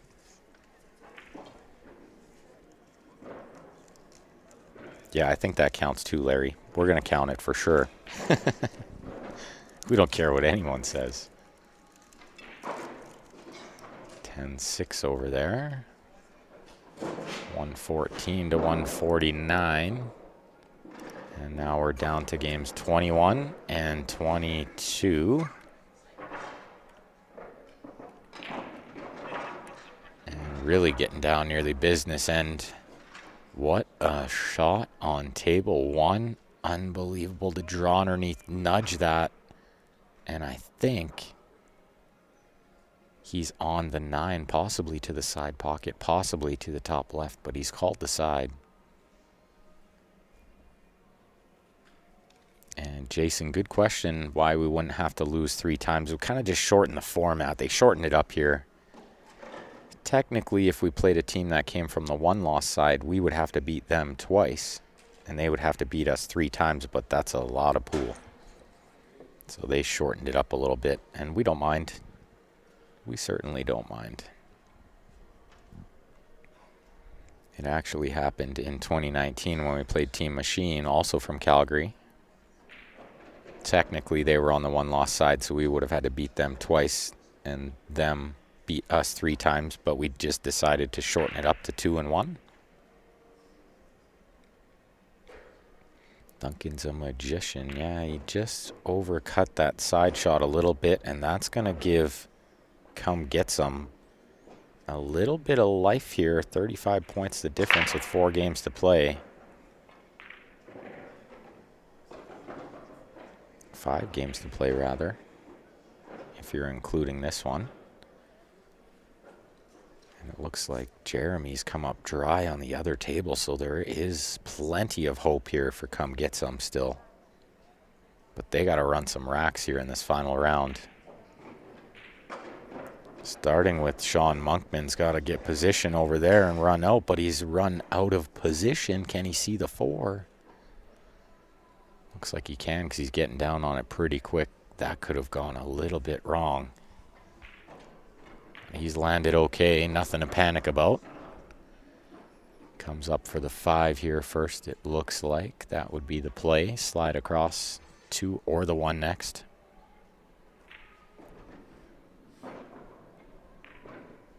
Absolute must run out on the left side table, you would have to think. If he doesn't get out there, it could be the beginning of the end. I don't see a problem here for Sean on the right side table. Just a little bit of right spin here brings him to the right side rail and straight in on the 8. This wants a little bounce there. Straight in when it's rail to rail can be a little tough, so this angle is actually helpful. And a 10-6 win for Come Get Some. Clawing back here.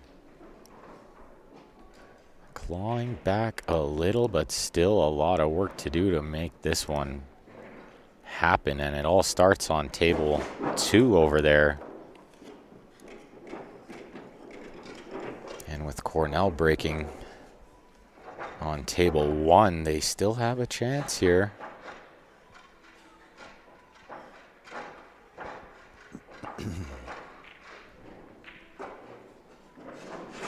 So it looks like the 1 ball, and then up for the 6 or the 7 next. The 8 ball could be a little bit tricky to get on. But he should be okay here, just sliding up this right side rail. Probably the 6 next, I would have to think. Oh, but it's all gone completely wrong. He clipped the 9 off of one rail, and I think he's put himself behind this 10. Can he see the 6? If he can, he's gotten away with murder a little bit. And he could see it, so now it's all about getting on this 8. He's landed pretty straight in here on the 7, a little flat. A little flat. Is he going to draw this all the way back, or is he going to follow this forward around a couple rails? Looks like he's drawing it back, trying to avoid some traffic, and he's landed okay. Big win over here. Big 8 ball for a 10-0 win for Come Get Some.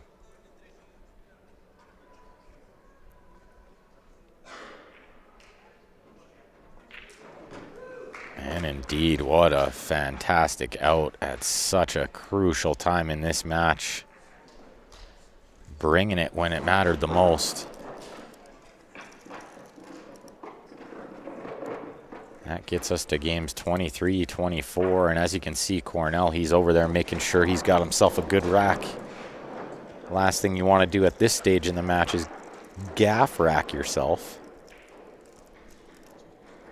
Make sure you guys get in on this viewer advantage sweepstakes. We're going to do the draw Saturday near the conclusion of play. We'll do it live on the stream for everyone to see. A little something new this time. 2 chances to win. First ticket drawn will get their choice of one of those beautiful Jacoby custom cues. The second ticket drawn will get the remaining cue. Both cues come with the Jacoby Ultra shaft, and shipping is included anywhere in North America. If somebody wins it from outside North America, we will work out a deal on the shipping, not a problem. Let's see if Nate Mindham on the left-hand table can give himself a big break. Just the opposite. I'm sure he wasn't trying to scratch, but I wonder if the gaff rack was intentional. Sometimes at this stage in the match, you do not want to scratch with a wide open table, so leaving them a little tied up like this can go a long way when all your team needs is ball count.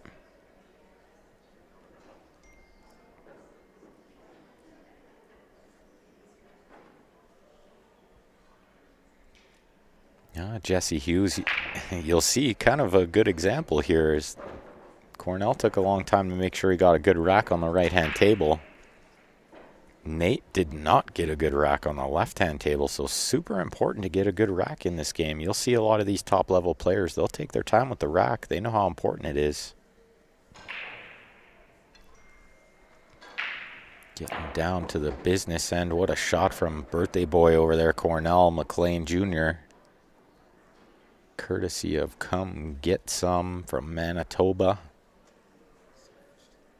Mike Miller on the Facebook. Thanks for tuning in. Thanks everybody else tuning in out there. Next match is scheduled on this table in about 45 minutes time. The winner of this taking on Infamous 5 from Colorado. That should be a real good match.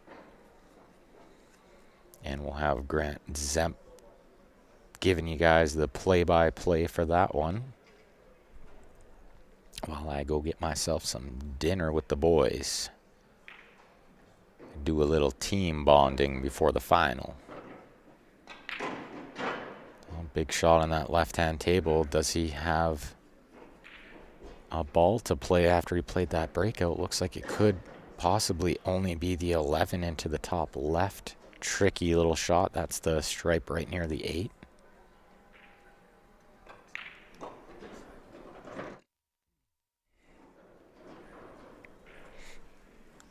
Cornell working on a good little out over there. His team needs him now.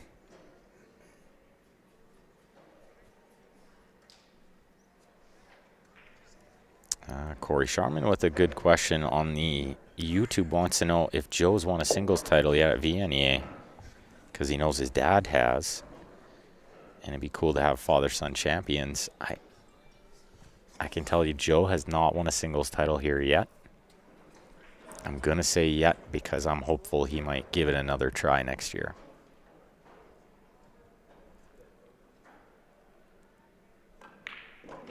Yeah, pit bulls only need 9 points, as Derek Murray says.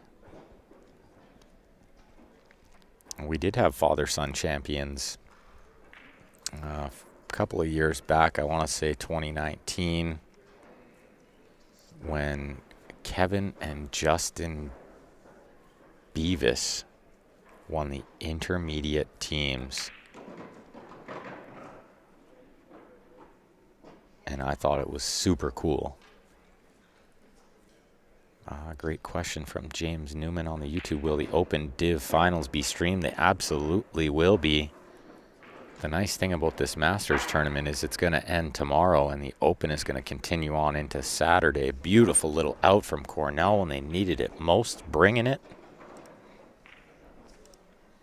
He's done his job. That's a 10-1. It's going to tighten this right up. And that's going to bring us to games 24, 25, right down to the end here. Really big game happening on the left side table. If he can pull off this out here, it's going to be win-loss for Terry on table 1. Extremely tough to run out from here, but certainly possible. So if he runs out from here, it would be 10-1, I believe. No, it would be indeed 10-0, and that would make the final game win-loss.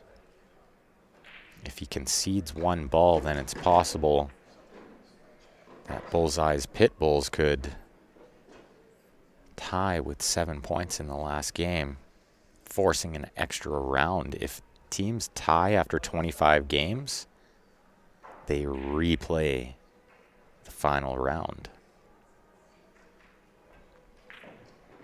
This is the last 2 games of this match.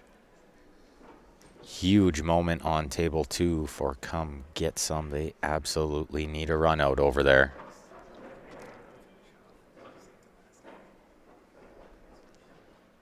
And I think Terry on table 1 is just going to wait to see what occurs over there to give himself an idea what he needs to do.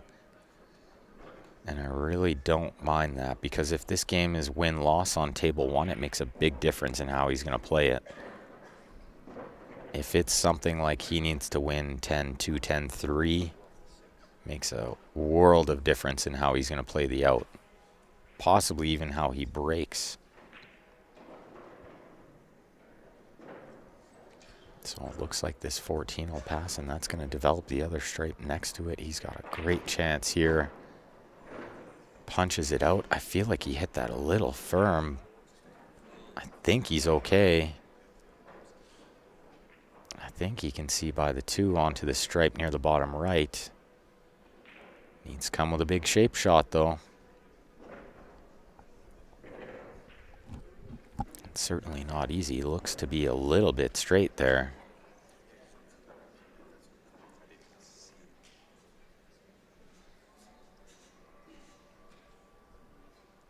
So where's he going with this cue ball? Is it going to just try to get by the 4 and leave that last stripe into the top left? I believe that's the play. Oh, he's drawing all the way back. He clipped the 8. Oh, this could be disastrous. I'm not sure if this ball will cut into the side pocket. It's got to be razor thin.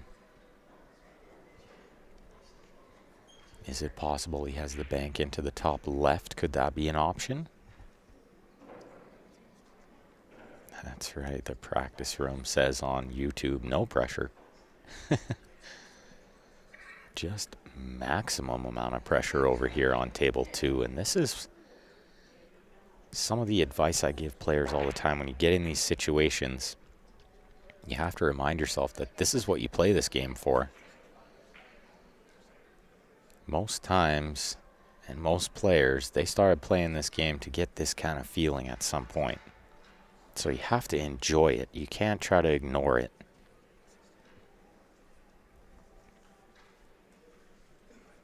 And for everyone else just tuning in, click that share button one more time for us.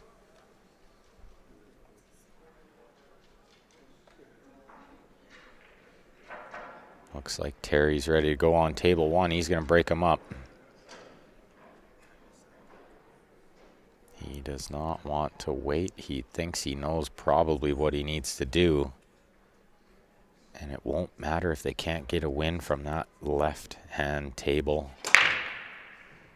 He absolutely crushes the break, but he's coming up dry. Oh no, it's a disaster over there.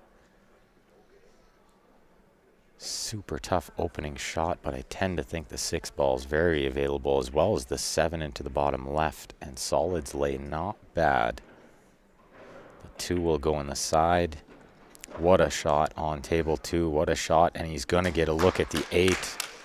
Unbelievable turn of events here. We're going to have a win-loss match-deciding game on table 1 when he makes this 8. I will send you over to the single screen view. And what a super shot on the last ball. And a 2-point difference in the final game of this match. What a show these gentlemen are putting on for us. What an absolute treat this match has been. Let's head on over to the single screen view and check out what's going on here.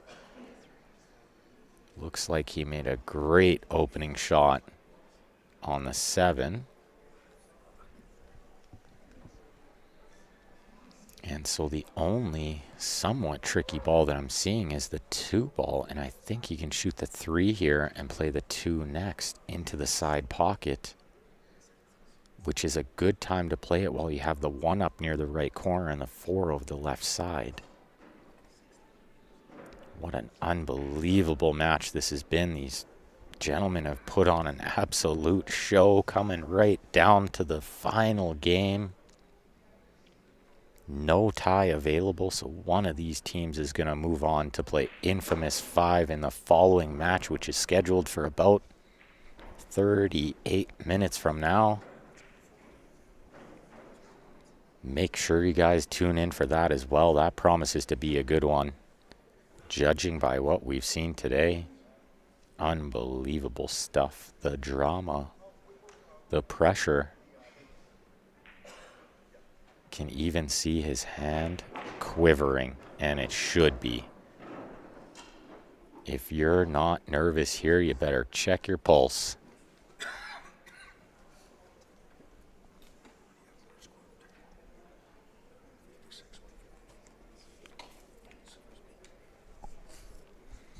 Good. Cornell just came up, did the score check. So,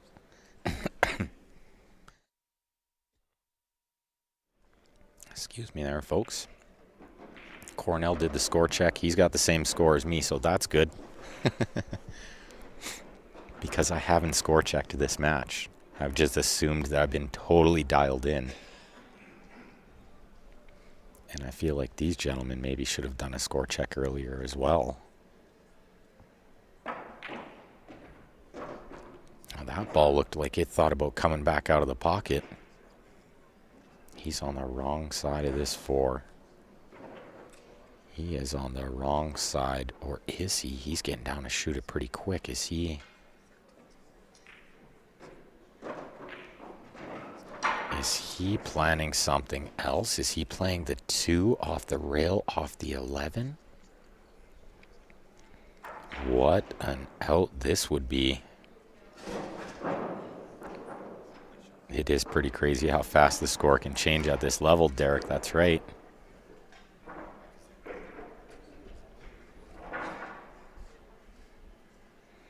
Oh, and Dart Guy on the YouTube says he's played in some big darts matches and could see his hand shaking in front of him like that, but big fun.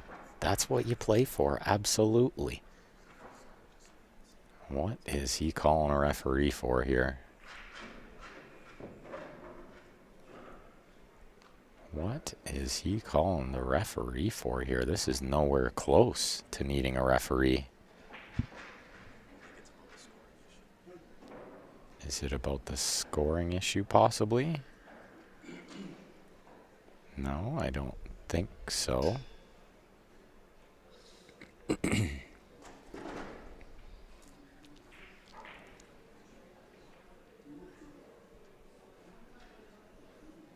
So I'm not sure what the discrepancy is here.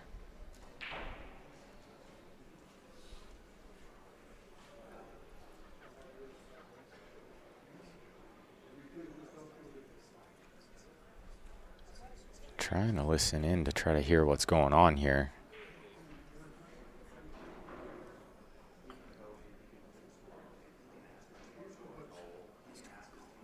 Oh no, he's trying to call a coaching foul. It's not going to work, Terry.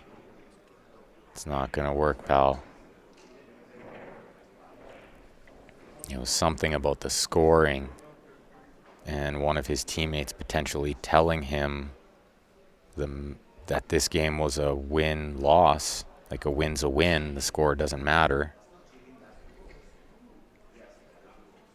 But I'm not sure how much I'm in love with him trying to call that. I'm going to be honest here. Going to be brutally honest here.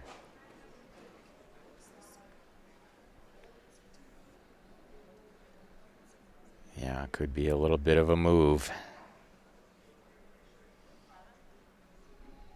Or maybe he just saw something we didn't see, right? We're up here.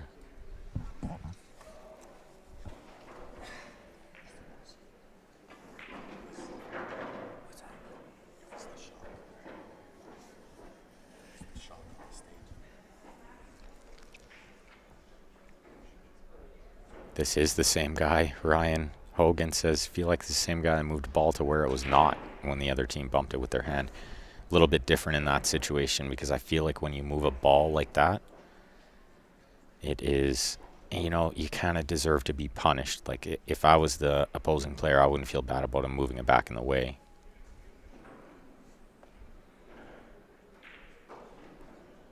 But like I said, again, folks, we're sitting up here. We're behind the camera. We don't really see everything that's going on down there. So maybe Terry just saw something we didn't see, and he just wanted some clarification from the ref. Nonetheless, big shot on this ball. Is he playing this to and off? He is, and he missed it. That was a super missable shot. He was calling a score foul. I know. John doing side commentary here in my ear. Yeah, what a phenomenal match. What a phenomenal match this has been.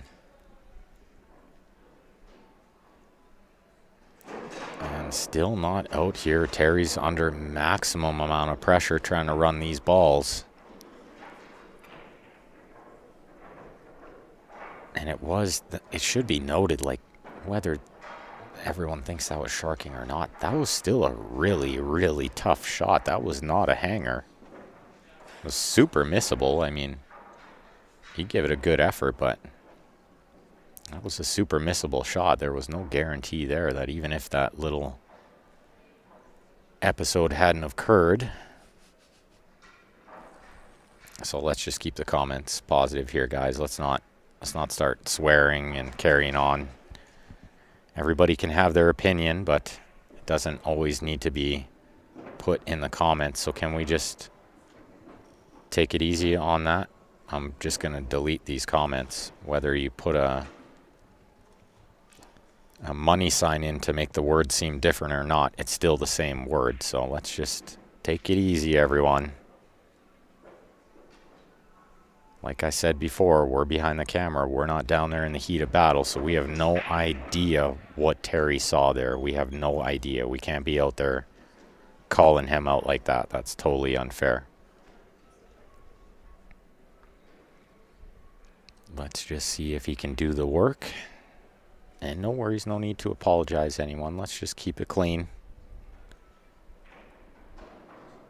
It's a beautiful day for pool, says CJ. That's right.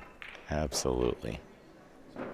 I think we'll see Terry shoot this ball uptown, or he might save that ball for the out ball, which I actually like, because that leads you nice and easy to the 8, but he might have a bit of a funny angle here, so I might actually use the 11 for the out ball. use this 15 up table to get me on the 12-14, and the 11 is a nice outball. Because you can't really get a bad angle on the 11, and you have the whole right side of the table to land on it.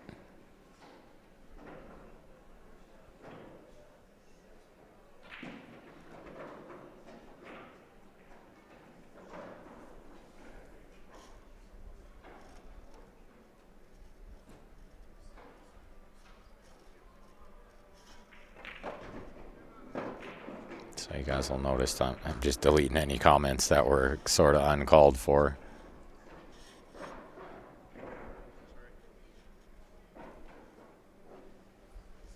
One thing to say sharking, whatnot. Another thing to use some unkind words. So it looks like he shot the 11 and he's drawn up past the 15. He's in prime position here. The only thing stopping him now is his nerves. What a fantastic match we have here, right down to the final game. Maximum amount of pressure. You gotta love it. This is the kind of stuff we all play for. The reason we all watch pool.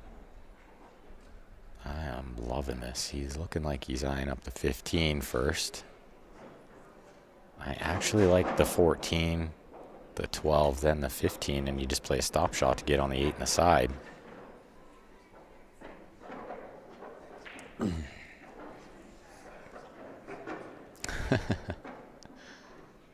12, 10, 15, 8. Yeah, it looks like the 12 up there is near the 14. I know it's a little tough to see. We're kind of at the mercy of the lighting over the tables and the pot lights at the top of the ceiling there.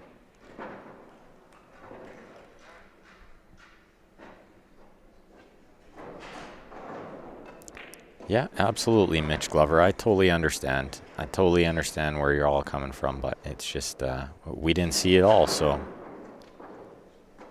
it's kind of like you can't really say anything about it unless you know the exact situation of what occurred.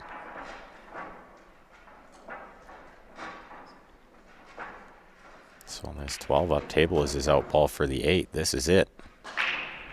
This is it. This 8 into the bottom left to steal this match from Bullseye's Pitbulls. They were in full control the whole match right till the end. Come Get Some has turned it on when it most mattered. Couple of big runouts to put Terry here with a chance to do it, and he's done it. Terry has done it. He's stolen this match from Bullseye's Pitbulls. What a fantastic match that was. You don't get any closer than that, folks. So that'll put Come Get Some into the next match, playing Infamous 5 in a little under half an hour's time.